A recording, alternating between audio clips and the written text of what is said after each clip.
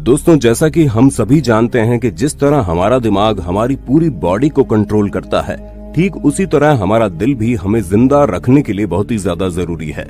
एक ऐसा ऑर्गन है जो हमारे जिंदा रहने से लेकर हमारे मरते दम तक काम करता है। अगर दिल धड़कना बंद हो जाएगा तो इंसान का अंत आ जाता है, लेकिन अगर हम दिल का ख्याल नहीं रखते तो हार्ट अटैक आने में ज्यादा देर नहीं लगती। आज के समय में हर साल करीब 7 मिलियन लोग हार्ट अटैक और दिल से जुड़ी हुई समस्याओं की वजह से मौत के घाट उतरे जा रहे हैं। ऐसे में क्या कभी आपने सोचा आखिर हार्ट अटैक क्यों आता है और इसके आने की असली वजह क्या है? अगर नहीं तो कोई बात, आपको हार्ट अटैक से जुड़ी एक नॉलेज देने वाला हूँ जिसे जानकर आप हैरान हो जाएंगे, तो वीडियो के अंत तक बने रहना। आगे बढ़ने से पहले अगर आप हमारे चैनल पर नए हैं तो प्लीज सब्सक्राइब करके घंटा हिलाना मत भूलना। ऐसा करने से आप पर कृपा आनी शुरू हो जाएगी। ट्राई करो, इट्स वर्क। दोस्तों, हमारा दिल एक ऐसा ऑर्गन है जो हमारे पैदा होने से लेकर हमारे मरते दम तक काम करता है। इसका असली काम हमारी पूरी बॉडी में ऑक्सीजनेटेड ब्लड को सप्लाई करने का होता है। जहां ये बॉडी से नॉर्मल ब्लड को लेता है और पंप करके ऑक्सीजनेटेड ब्लड को सप्लाई करता है। लेकिन अगर इसके फंक्शनिंग में थोड़ी सी दिक्कत आ जाए तो इंसान की जिंदगी बर्बाद हो जाती है। आप सब कुछ छोड़ दीजिए, अगर आप थोड़ी देर तक अपनी सांस रोक लेते हैं तो ही मौत नजदीक आने लगती है। ऐसे में आप उन लोगों का सोचिए जिन्हें हार्ट से जुड़ी समस्या के कारण लगातार सांस फूलने की दिक्कत बनी रहती है। इसलिए हार्ट पर ध्यान देना बहुत जरूरी है। दोस्तों, हमारी बॉडी में मौजूद हर मसल को अपना प्रॉपर फंक्शन परफॉर्म करने के लिए ऑक्सीजन की जरूरत होती है। इसी तरह हमारा हार्ट भी एक मसल ही है, इसलिए हार्ट को प्रॉपर फंक्शन परफॉर्म करने के लिए ऑक्सीजन की जरूरत पड़ती है। हार्ट अटैक यानी दिल के दौरे के दौरान हार्ट की मसल्स को ऑक्सीजन नहीं मिलती और इसी वजह से हार्ट अपना फंक्शन परफॉर्म नहीं कर पाता। अब आपके दिमाग में सवाल जरूर आया होगा कि हार्ट अटैक के दौरान ये ब्लड सप्लाई कैसे रुक जाती है। तो दोस्तों, जैसा कि हम सभी जानते हैं, पूरी बॉडी को ऑक्सीजनेटेड ब्लड पहुंचाने वाली वेसल्स को आर्टरीज कहते हैं। अब पूरी बॉडी की तरह ही हमारे हार्ट को भी ऑक्सीजनेटेड ब्लड की जरूरत होती है और हार्ट को ऑक्सीजनेटेड ब्लड पहुंचाने वाली आर्टरीज को कोरोनरी आर्टरीज कहते हैं। अब दोस्तों, जब हम ज्यादा खाना खाते हैं या फिर ऐसी खुराक का इस्तेमाल करते हैं जिसमें लिपिड ज्यादा हो, हमारी कोरोनरी आर्टरीज में फैटी एसिड और लिपिड इकट्ठा हो जाता है, जिसकी वजह से उसमें ब्लॉकेज आने लगती है। और जैसे जैसे हमारी उम्र बढ़ती है और हम खाने की खुराक को ज्यादा करते हैं तो ये ब्लॉकेज बढ़ जाती है। दोस्तों, आप ये मत सोचिएगा कि आपकी कोरोनरी आर्टरीज में एक तरह की ब्लॉकेज नहीं बन रही होगी।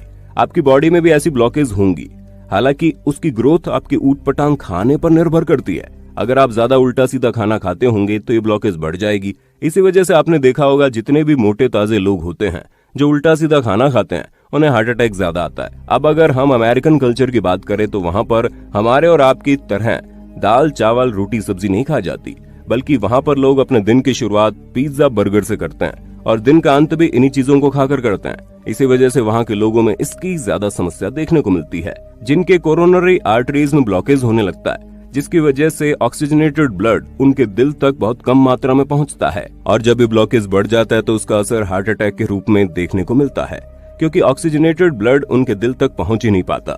हालांकि दोस्तों, जिस तरह पानी को ब्लॉक करने की कोशिश की जाए तो वो कुछ देर के लिए ब्लॉक होता है लेकिन बाद में अपना रास्ता बना लेता है, उसी तरह ब्लड भी है जो हल्के फुल्के ब्लॉकेज पर अपना रास्ता बना लेता है।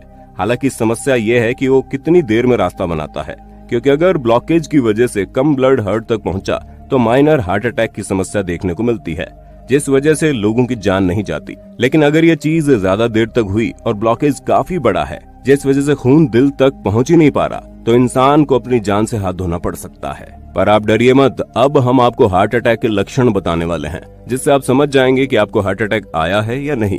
दोस्तों, सबसे पहले इसका सबसे बड़ा लक्षण सीने में होने वाला दर्द है। जहाँ सीने में उठने वाले इस दर्द का असर उल्टे हाथ और कंधे की मसल्स तक जाता है।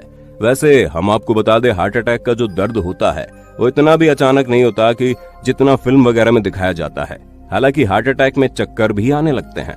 दोस्तों, डायबिटीज के किसी भी पेशेंट में हार्ट अटैक का लक्षण देखने को नहीं मिलता। अब हार्ट अटैक के ट्रीटमेंट में एस्पिरिन और नाइट्रोग्लिसरीन दवाइयों का इस्तेमाल किया जाता है। दोस्तों, एस्पिरिन खून को पतला करता है ताकि अगर ब्लॉकेज हो रही है तो पतला खून होने की वजह से खून दिल तक जाने का अपना रास्ता बना ले, और नाइट्रोग्लिसरीन ब्लॉकेज को खोलने का काम करती है। दोस्तों, हार्ट अटैक का इलाज करने के लिए डॉक्टर सबसे पहले ईसीजी करते हैं। ईसीजी यानी इलेक्ट्रोकार्डियोग्राफ एक ऐसी डिवाइस होती है जिसकी मदद से हार्ट की एक्टिविटी को मेजर किया जाता है। हालांकि डॉक्टर ब्लड टेस्ट भी करते हैं ताकि प्रॉब्लम समझकर तुरंत उसका इलाज किया जा सके।